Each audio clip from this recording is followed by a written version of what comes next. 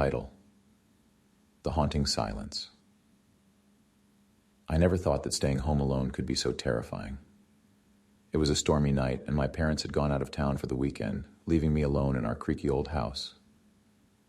They had promised it would be okay, but as the darkness settled in and the wind howled outside, an eerie feeling crept up my spine.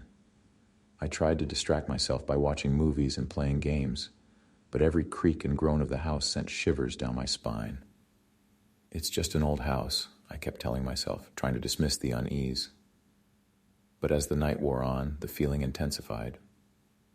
Around midnight, I decided to head to bed. I thought sleep might bring some respite from the anxiety. However, the moment I closed my eyes, strange noises echoed through the house. It sounded like footsteps, slow and deliberate, as if someone was trying to be stealthy. I couldn't ignore it any longer. My heart pounded in my chest as I grabbed a baseball bat from the closet, holding it tightly as I tiptoed through the darkness, trying to investigate the source of the sound. I checked every room, but each time I found nothing. My imagination played tricks on me, I thought. Maybe the storm was affecting the house, causing the eerie sounds. I convinced myself to head back to my room and get some sleep. As I lay in bed, the feeling of being watched became overwhelming. I pulled the covers up to my chin, trying to shake off the irrational fear. That's when I heard it, a faint whispering sound like voices coming from far away. Terrified, I got out of bed and followed the whispers. They led me to the basement door, which had always given me an uneasy feeling. The whispers grew louder.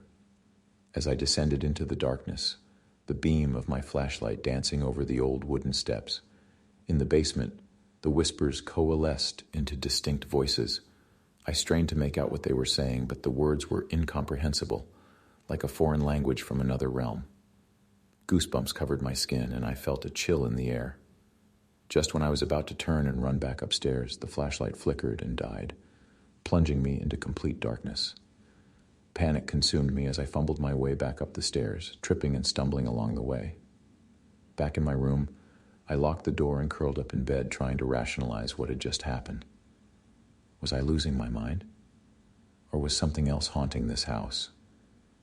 My thoughts were interrupted by a faint tapping noise on my window. Slowly, I turned my head to see a shadowy figure standing outside, its face pressed against the glass. My heart pounded so loudly I thought it might burst from my chest. The figure grinned menacingly, its eyes glowing with an unnatural light. Terrified, I pulled the curtain shut, praying that it would go away. But the tapping continued, growing louder and more persistent. It seemed as though the figure was trying to get in. I clutched my phone and dialed the police, trying to explain the situation as calmly as I could. They assured me that an officer would be dispatched immediately. I waited, crouched in the corner of my room, still clutching the baseball bat. As the minutes stretched into an eternity, the tapping suddenly stopped. The silence that followed was even more unnerving. I strained my ears, listening for any sign of movement. Then a chilling whisper filled the room, coming from every direction at once. "You're not alone," the voice hissed, sending icy tendrils down my spine. "We've been watching you." At that moment, the lights flickered back to life, and a police officer's voice called out from downstairs asking if everything was okay. I rushed to the window only to find it empty. The figure had vanished. I stumbled downstairs to meet the officer, trying to explain what had happened. But as I spoke, I couldn't shake the feeling that whatever had been haunting me was still lurking in the shadows, waiting for its next chance to strike. From that night on, I never stayed home alone again. The house held secrets beyond my understanding, and I couldn't bear the thought of facing them alone. The experience left me scarred, haunted by the memory of those voices and the glowing eyes in the darkness. And so I warn everyone never to take the silence of an empty house for granted. There are things beyond our comprehension that thrive in the shadows, waiting for the perfect moment to reveal themselves. And once they do, there's no escaping their haunting presence. Second story. The Abyss of Delusion. On that stormy night, I found myself home alone. seeking comfort in the solitude of my familiar surroundings.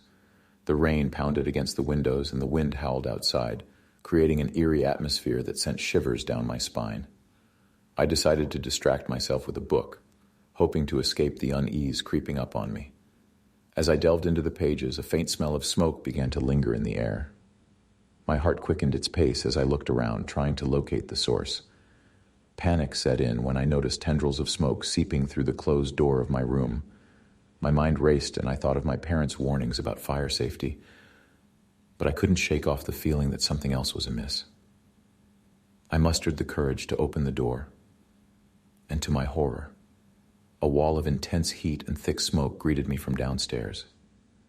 The sight before me was beyond comprehension. The house was being devoured by a monstrous fire, raging with an insatiable hunger. Fear clutched at my throat as I realized that I was trapped inside, cut off from any escape route. I stumbled back into my room, my heart pounding in my chest. This couldn't be real. It must be a nightmare, I thought. But as I tried to pinch myself awake, the acrid smoke invaded my lungs, making it hard to breathe. Each breath felt like inhaling the essence of fire itself. With trembling hands, I tried to call for help, but my phone was nowhere to be found. The smoke thickened around me, and the walls seemed to close in. I knew I had to find another way out. My mind was a whirlwind of terror, and I made a desperate decision. I would attempt to escape through the window. Climbing out onto the narrow ledge, the world outside was obscured by the darkness and the rain. My heart hammered in my ears as I fought the vertigo threatening to pull me back inside. My only chance of survival lay in my ability to keep my balance and descend safely. Halfway down, I lost my footing, and my hands slid along the slippery surface of the drain pipe. Panic surged through me as I clung to the cold metal, feeling the searing pain on my palms from the friction. I held on for dear life, praying that my strength would not fail me. Finally reaching the ground, I collapsed, gasping for air. My body felt as if it had been branded by the fire, every inch of my skin radiating with phantom pain. The heat of the flames, once consuming the house, now seemed to be consuming me from within. In the aftermath, the fire was extinguished, and the truth emerged. The house was intact, not a single scorch mark to be found. The reality I had experienced was nothing but an illusion, a manifestation of my deepest fears and anxieties. I was alone, safe, and the fire was no more than a figment of my imagination. The days that followed were a blur of uncertainty. The line between reality and hallucination blurred, and I couldn't trust my senses anymore. The smell of smoke lingered in my nostrils. The sensation of heat never left my skin. I started to question everything, unsure if I could ever trust my own perceptions again. Friends and family grew concerned as they witnessed my descent into madness. They pleaded with me to seek help, to confront the demons tormenting my mind. I obliged, meeting with therapists who tried to untangle the chaos that had taken root within me. But the hallucinations persisted, mocking any attempts at rationalization. I became reclusive, fearing that the monster fire would return to claim me once more. Sleep became elusive, with nightmares engulfing me in flames every time I closed my eyes. As the days stretched into weeks, my grip on reality slipped further. I could no longer discern what was real and what was not.